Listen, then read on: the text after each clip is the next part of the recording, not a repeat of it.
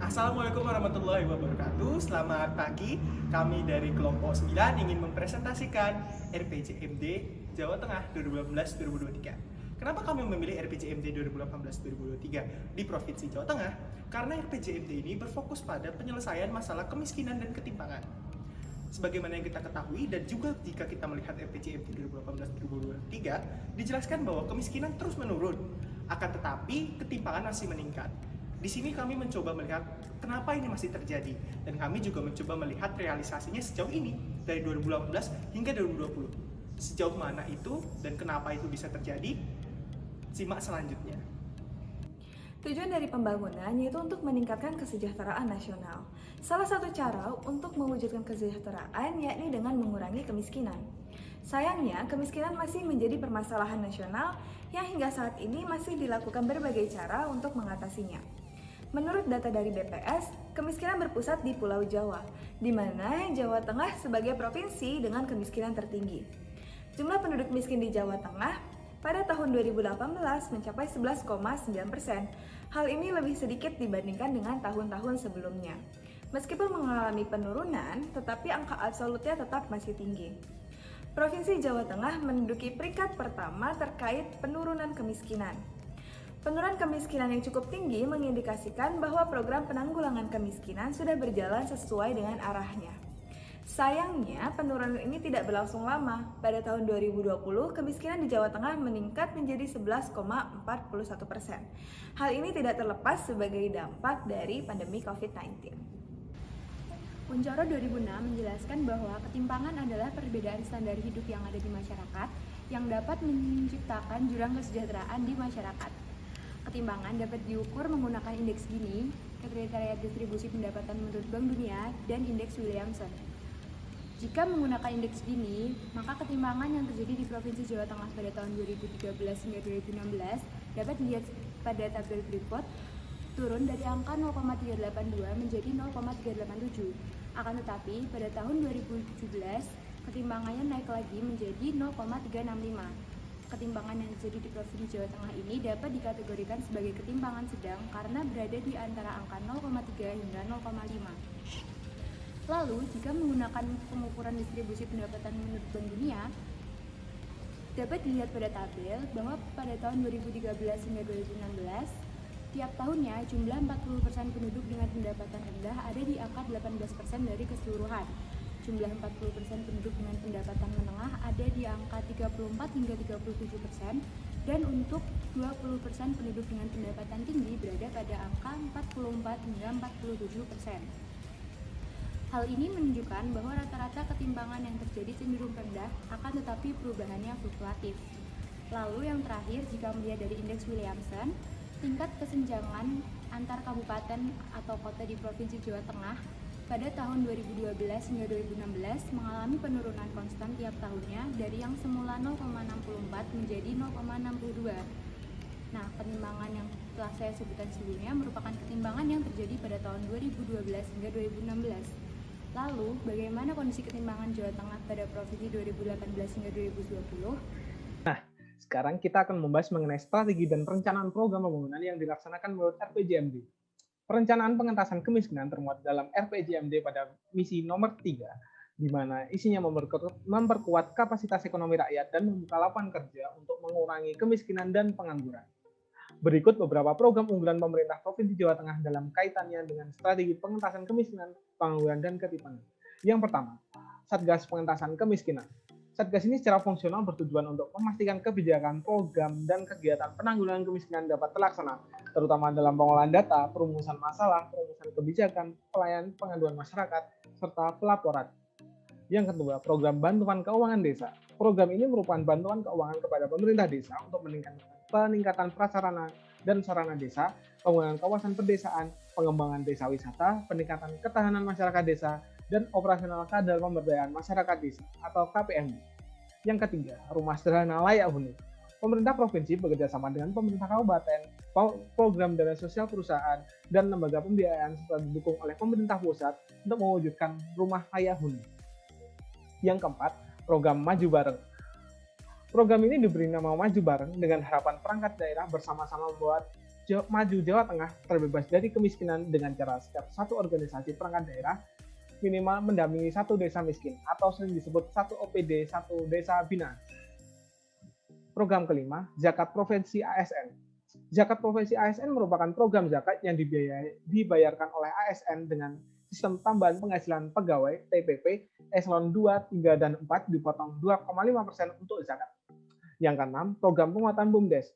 Penguatan BUMDes meliputi penguatan kapasitas kelembagaan, mendorong kelompok masyarakat untuk ikut mengembangkan BUMDes, mendorong pembentukan forum BUMDes, penguatan permodalan, dan mendorong sinergitas dengan dunia usaha melalui program CSR atau kemitraan. Yang ketujuh adalah program pelatihan startup untuk wirausaha muda. Program ini berupa bimbingan teknis dan pendampingan wirausaha baru bagi anak muda di Jawa Tengah melalui pelatihan keterampilan usaha produktif berbasis sumber daya lokal maupun permintaan pasar.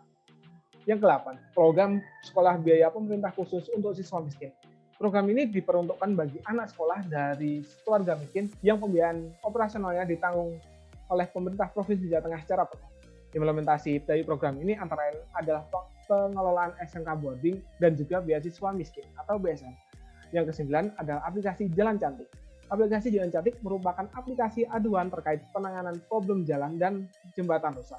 Keberadaan aplikasi ini turut menunjang program pengurangan ketimpangan dan kemiskinan yang ada di Jawa Tengah. Target realisasi perencanaan dan capaiannya.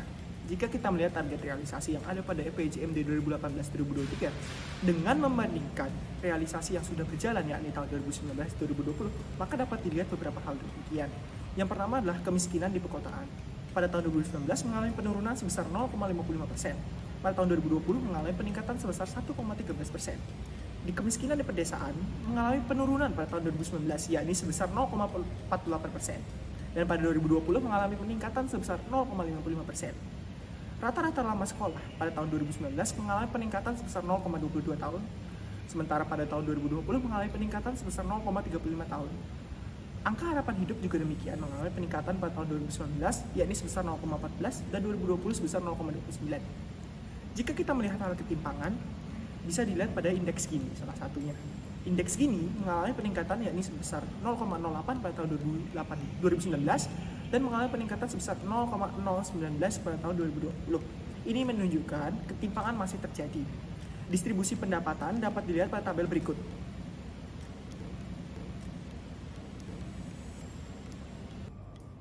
Data BPS tahun 2020 mengenai turunnya tingkat kemiskinan di Jawa Tengah telah merepresentasikan keseriusan pemerintah di bawah kepemimpinan Ganjar Pranowo dalam merealisasikan target capaiannya.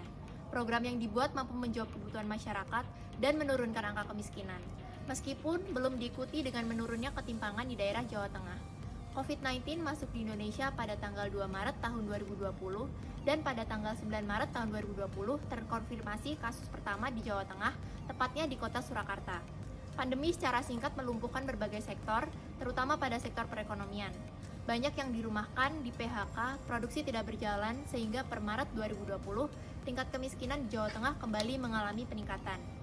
Tingkat kemiskinan penduduk desa naik menjadi 13,20 dan tingkat kemiskinan perkotaan naik menjadi 10,57. Kemiskinan di pedesaan masih lebih tinggi dari perkotaan karena mayoritas penduduk Jawa Tengah tinggal di wilayah pedesaan. Namun, laju peningkatan kemiskinan di perkotaan lebih cepat dari tingkat kemiskinan penduduk desa. Tingkat kemiskinan perkotaan naik sebesar 1,58, sedangkan pedesaan naik sebesar 0,94. Menurut hasil rilis BPS, hal ini disebabkan karena yang pertama, kasus COVID-19 di Jawa Tengah mulai muncul dan menyebar secara masif di daerah perkotaan. Kedua, aktivitas perekonomian di perkotaan jauh lebih padat, terutama di sektor informal dan UMKM. Ketiga, produksi pangan dilaksanakan di daerah pedesaan, sedangkan di daerah perkotaan, mayoritas aktivitas ekonomi terpaksa macet karena kebijakan pembatasan sosial berskala besar atau PSBB. Program yang dilaksanakan oleh pemerintah Jawa Tengah adalah program-program yang dapat mengatasi permasalahan kemiskinan, yakni melalui sektor pendidikan dan program lain yang difokuskan pada peningkatan pendapatan, penurunan jumlah pengangguran masyarakat, mengembalikan tingkat konsumsi masyarakat, serta meningkatkan angka harapan hidup. Sektor tersebut dapat digunakan untuk mengukur tingkat kemiskinan pada masyarakat. Sebagai contoh, ketika pendapatan seseorang tidak mampu memenuhi kebutuhan mereka melalui konsumsi atas sandang, pangan, permukiman, serta pendidikan dan kesehatan, maka seseorang tersebut dapat dikatakan miskin.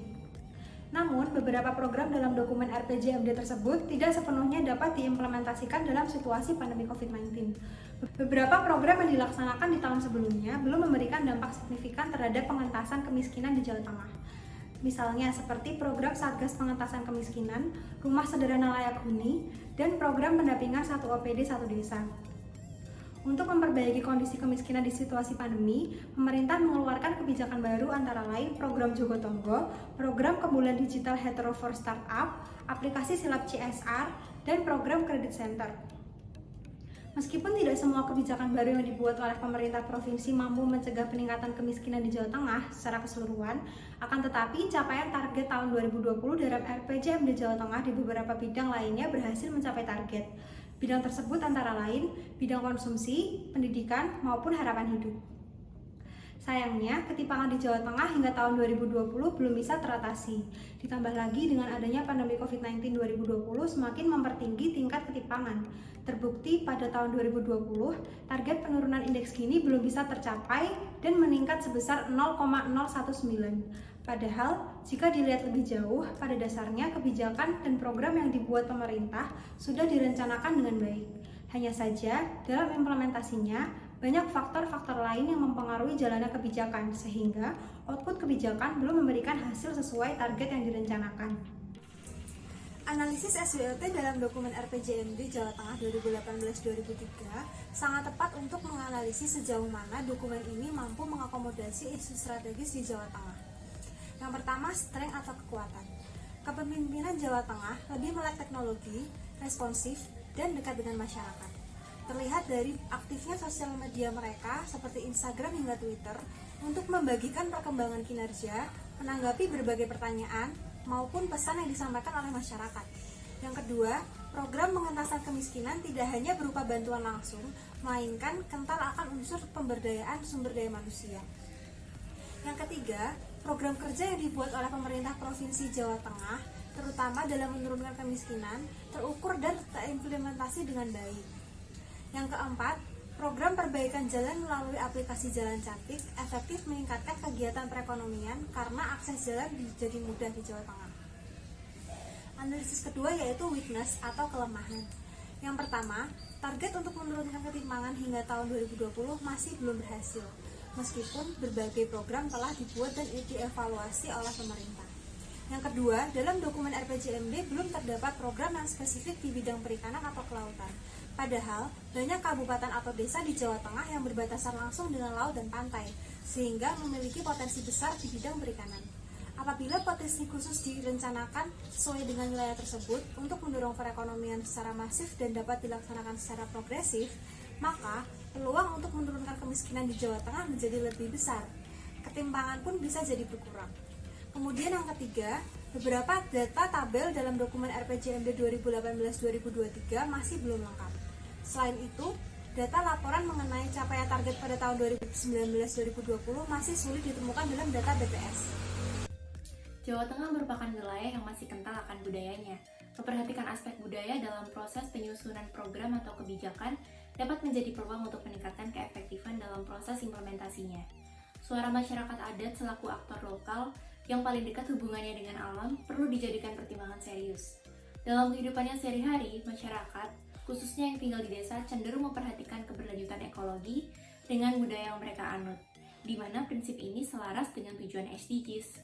Selain itu, Jawa Tengah juga memiliki potensi besar di bidang perikanan dan kelautan, mengingat banyak kabupaten dan kota di Jawa Tengah yang berbatasan langsung dengan wilayah lautan. Apabila pemerintah mampu menghidupkan lagi aktivitas masyarakat di daerah tersebut secara masif, maka ketimpangan di Jawa Tengah dapat ditekan. Selain itu, dalam proses penyusunan RPJMD, pemerintah Provinsi Jawa Tengah juga menghadapi berbagai ancaman, diantaranya adalah 1. Perbedaan karakter masyarakat di masing-masing daerah yang ada di Jawa Tengah. 2. Perbedaan tujuan antara daerah dengan provinsi. Dan yang ketiga, program pengentasan kemiskinan dengan cara pemanfaatan lahan hunian dan pembangunan pusat pertumbuhan baru antara kota dan desa masih tidak seimbang.